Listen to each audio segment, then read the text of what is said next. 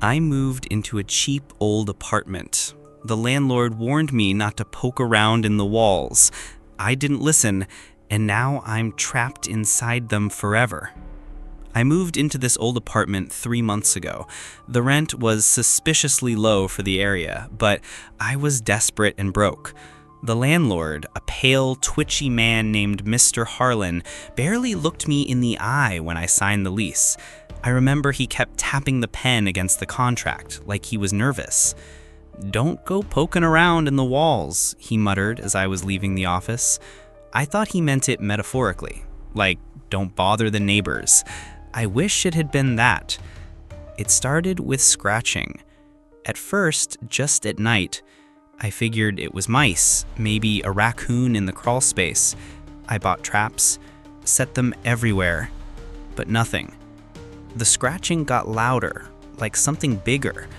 I'd be lying in bed and hear it running along the inside of the walls, fast, sharp nails scraping wood. Then it started calling my name. It began as a whisper. I thought I was imagining it. But by the second week, it was unmistakable.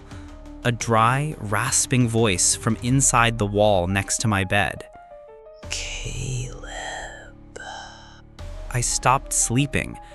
I moved to the living room, but it followed, always just behind the plaster, too quick to catch. I called pest control.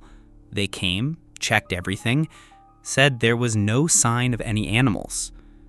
One night, I pressed my ear against the wall, and something pressed back. A cold, clammy hand, 5 long fingers stretching under the wallpaper. I stumbled back as it withdrew, the wall rippling like water. That's when I noticed the old, sealed-up door in the corner of the room. One I swear hadn't been there before.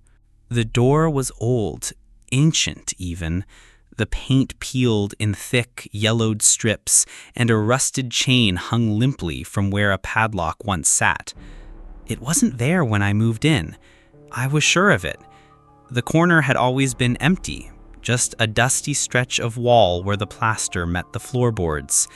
Now it was like the room had always known it was there, like it had been waiting. I stood frozen, my pulse thudding in my ears.